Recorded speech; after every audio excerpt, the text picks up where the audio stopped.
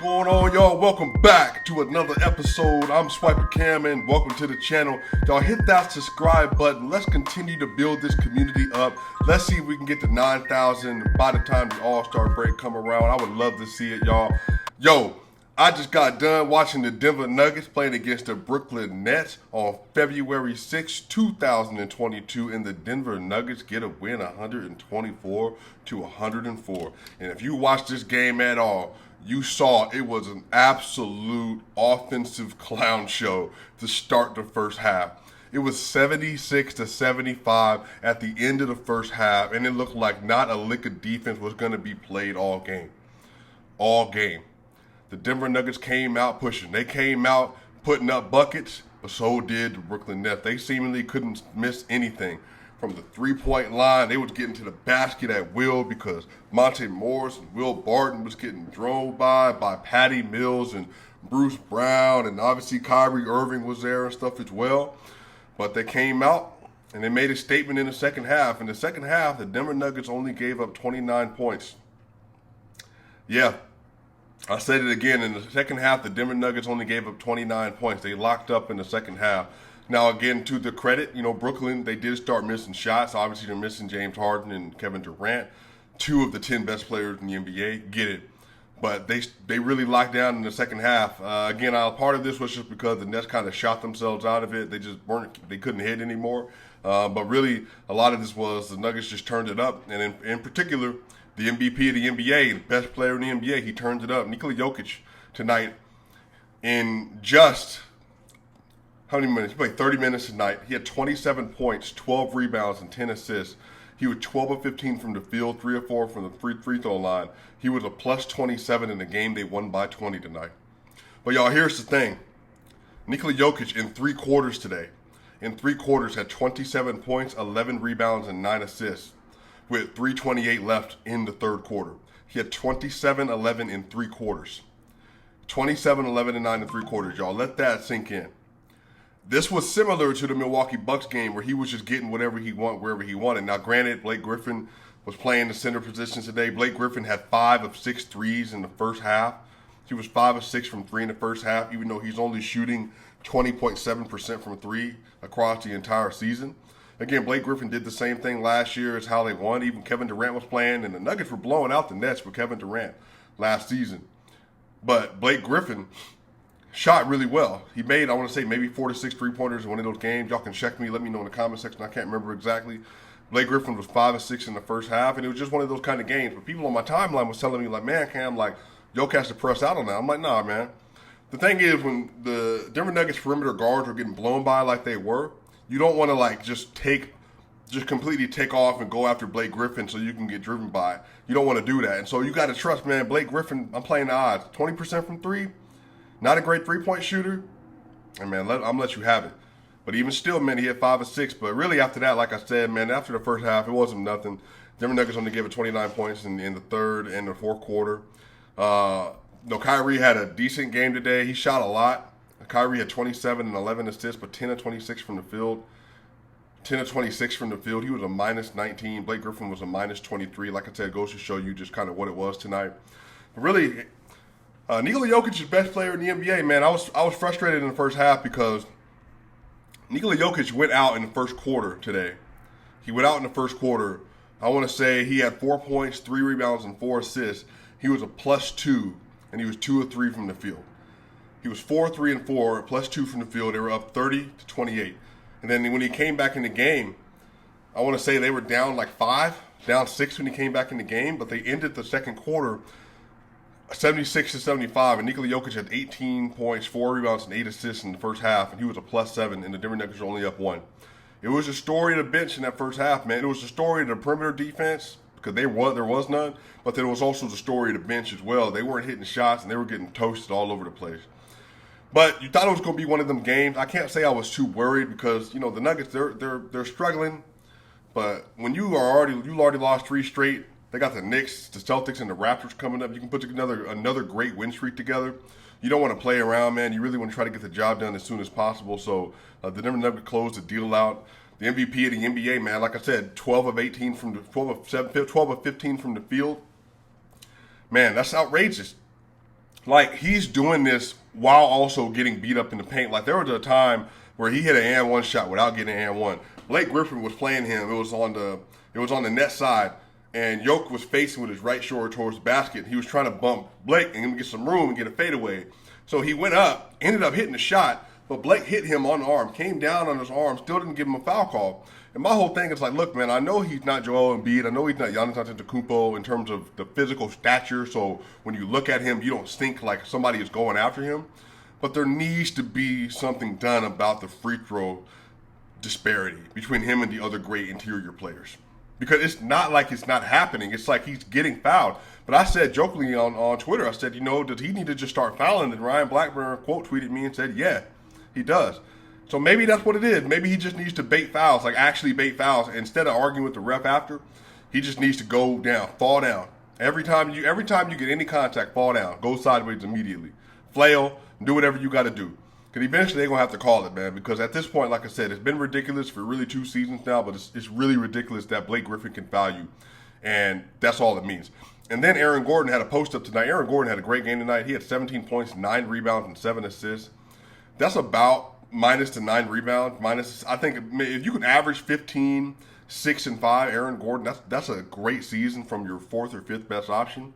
He has 17, 9, and 7 tonight on 6 to 14, 2 of 4 from 3, 3 of 4 from the free throw line. He was a plus 29. Great game. But there was a time where he got Patty Mills in the post and they called a charge on him, but he didn't do it. All he did was got position, but because he's so much bigger than Patty Mills played to Oz and just fell down. And again, my whole thing is like, so why can Joel Embiid and Giannis Antetokounmpo play big in the paint and they get the benefit of the whistle, but anybody else in the NBA, you're not getting that benefit? And that's one of the things that the NBA really needs to go in and address. And again, it ain't every player, because obviously 2 of them get the calls. But the Nuggets in particular, they have one of the worst free throw rates in the league because of how they're officiated, and it's not because of their play style. Like, they play at the basket. They have one of the best bigs in the paint in the NBA. Like I already said, I said this on my Twitter. You can give it. Joel Embiid is the best big man in the NBA. He's the best big man in the NBA. Nikola Jokic is the best player in the NBA. He can do it inside. He can do it from the mid-range. He can do it from 3. He orchestrates the entire offense and anchors the defense. He does everything. That's why I was so frustrated in the first half. I'm over here watching like, Jokic is literally dominating on both ends of the paint. He's dominating on offense, dominating on defense, but yet they're still struggling because nobody can play perimeter defense. That's why I said last video, I'm not really trying to ask Jokic to do more. Jokic's already doing enough. He needs to be able to rely on people to be consistent and do what they need to do their job. Simple as that. Plain and simple. But that's where we are right now. So, Aaron Gordon, great game. Monte Morris had 12, 5, and 8, 6 of 12 from the field, 0 of 4 from 3, but he was a plus 30 tonight. Absolutely won his matchup tonight against Patty Mills. Will Barton was 21 points, 6 rebounds, and 4 assists. He was 7 of 12 from the field, 2 of 7 from 3, 5 of 6 from free throw. Well, he was plus 27.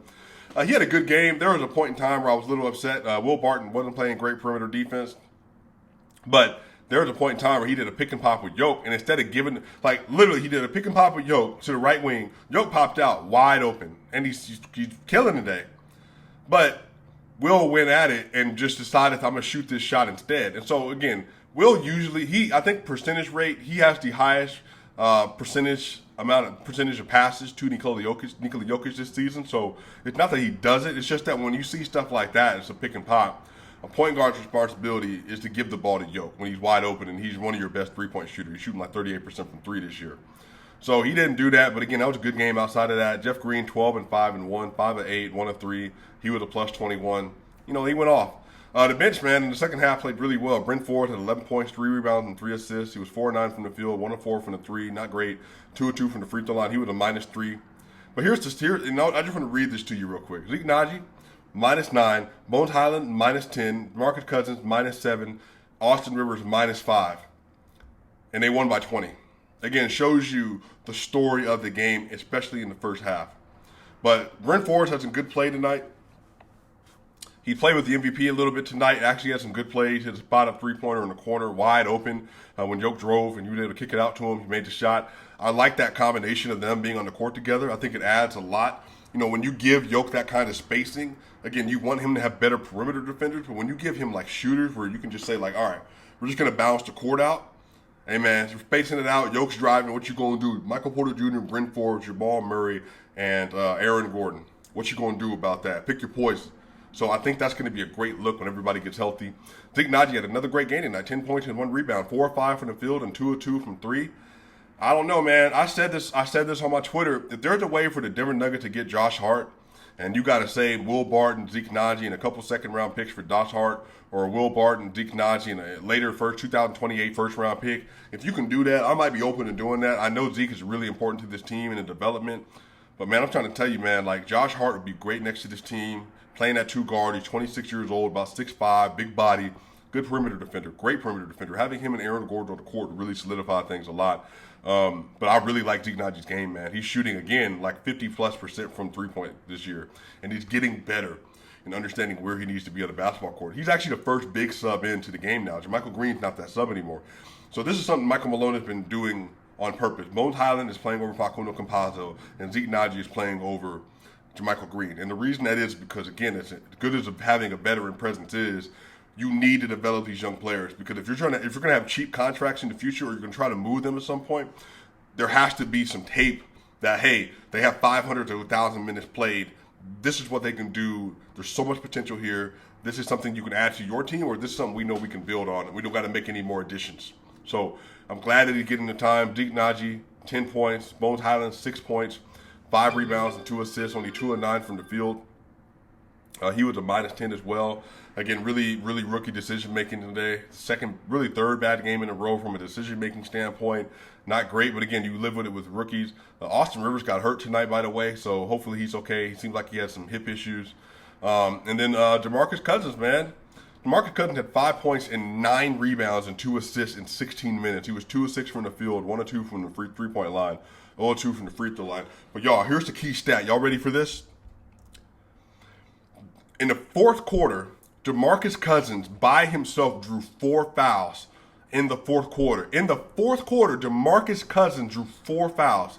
And I want to say the Nuggets are 5-0 with Cousins in the lineup this season.